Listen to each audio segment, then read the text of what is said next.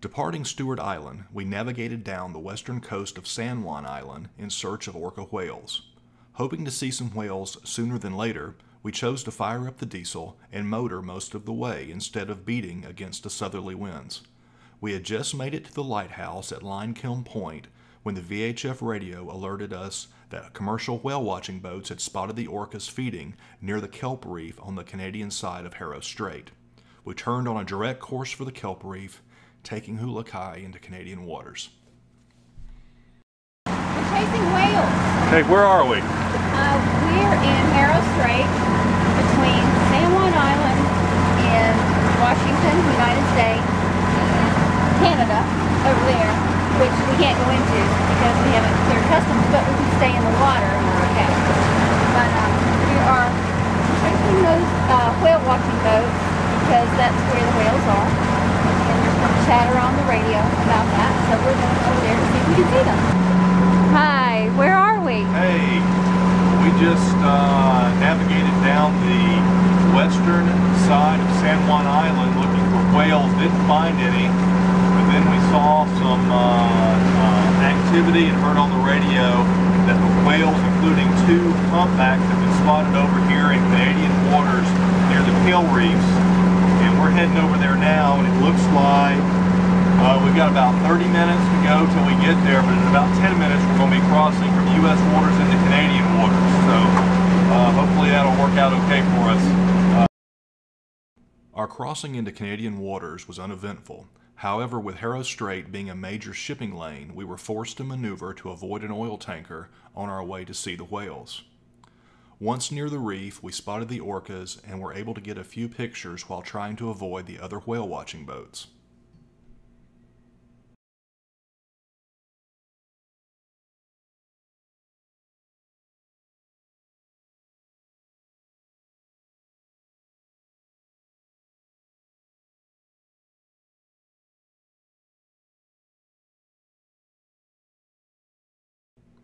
After our encounter with the whales, we headed back to U.S. waters and docked for the night at Roach Harbor Marina.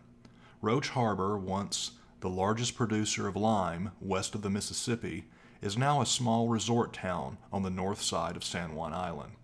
We had our pick of several great restaurants and replenished our provisions at the old company store. The idyllic chimes from the Carillon bells could be heard throughout the town and across the marina.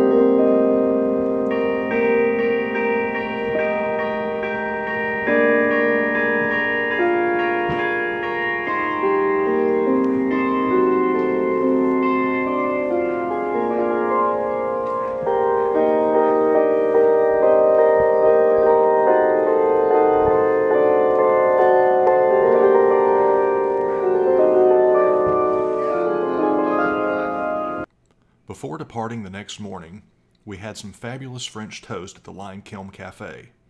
Then a short walk up the road found a unique sculpture garden featuring works from local artists. Later that morning we said goodbye to Roach Harbor, thinking that we would try again for a landing on Jones Island. The winds and currents were too strong for an anchorage in the South Cove, so we navigated around to the north.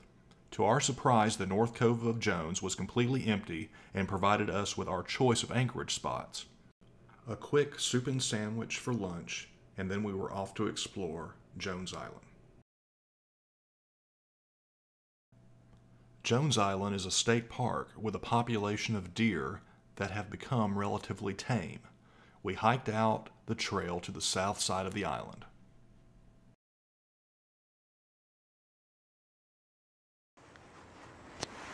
Okay, here we are on Jones Island.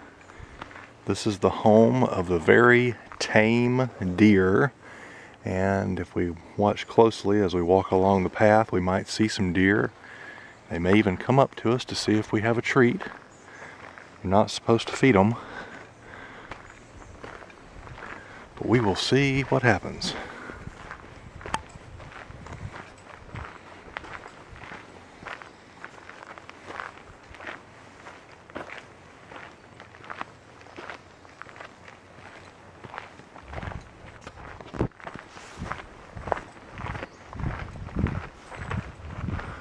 All the moss-covered trees, it's like an enchanted forest.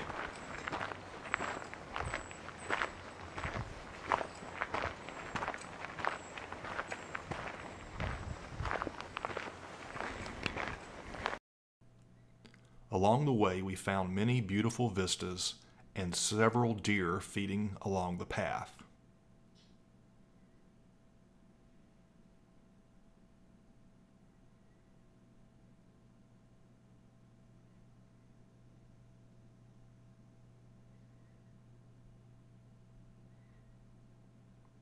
One group of kayakers, perhaps the only other people on the island, other than ourselves, had set up camp on the western side of the island.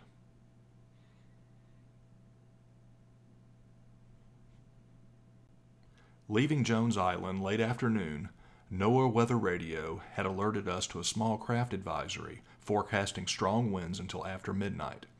We decided to try for our preferred anchorage for the night, which was Blind Bay on the northern side of Shaw Island. With strong winds forecast out of the south, being in the lee of Shaw would provide us with needed protection for a good night's sleep. We carefully navigated around the rocky shoals east of the Wasp Islands, making Blind Bay before nightfall. We were delighted to see the Rogers family aboard Morning Light as we settled into Blind Bay. Morning Light, flying the blue and white Burgee of San Juan Sailing, was one of our sister ships out of Bellingham. The wash from the ferry passage proved more powerful than the winds, but all in all, it was a peaceful evening. I was able to get data service on Verizon and took the opportunity to answer a few emails on the laptop as we cooked dinner. The next morning, we headed out of Blind Bay and down the Harvey Channel, hoping to make the small village of Olga on Orcas Island for lunch. We were greeted by blue skies, moderate winds, which provided some of the best sailing yet. We put some tunes on the iPod and enjoyed a fantastic broad reach into East Sound.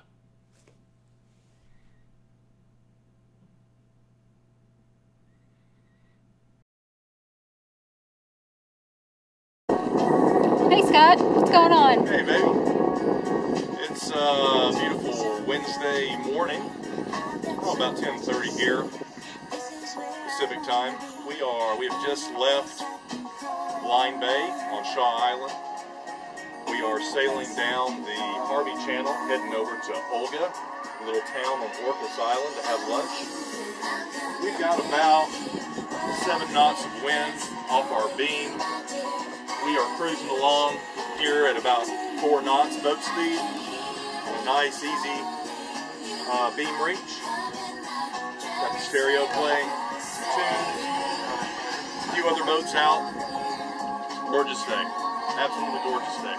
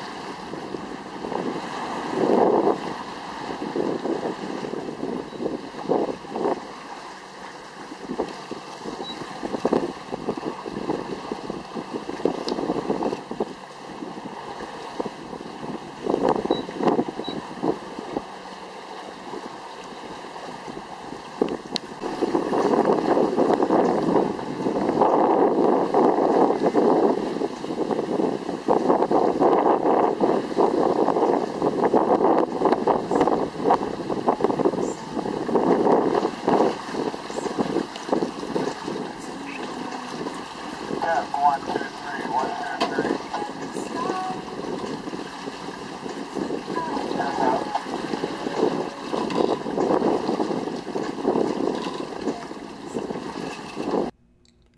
Locals say that the east sound of Orcas Island can have a weather system of its own.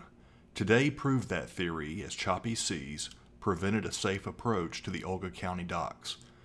We instead went further into the sound, catching a mooring buoy in Cascade Bay at the Rosario Resort. Our mooring fee included the use of the resort pool and spa, so after a long swim and a nice dinner at the resort, we spent what proved to be the most uncomfortable night of our trip in the chop of the southerlies as they blew up the sound. The next morning, feeling a bit subpar, we battled the strong southerly winds heading out of East Sound. Finding the wind too strong for the sails and the tide on the flood, we let the diesel do the work as we motored through the currents of Destruction Pass in the cold, dreary morning, hoping to make Bellingham by evening. With the idea of taking a break for lunch, we tried for some shelter in Eagle Harbor on the eastern side of Cypress Island. Finding the anchorage full, we opted to moor along Pelican Beach State Park, which provided excellent protection from the wind, for a nice lunch. We then made our way south of Sinclair Island, through the Yanati Reef, across the bay back to Bellingham for a calm night back in the marina.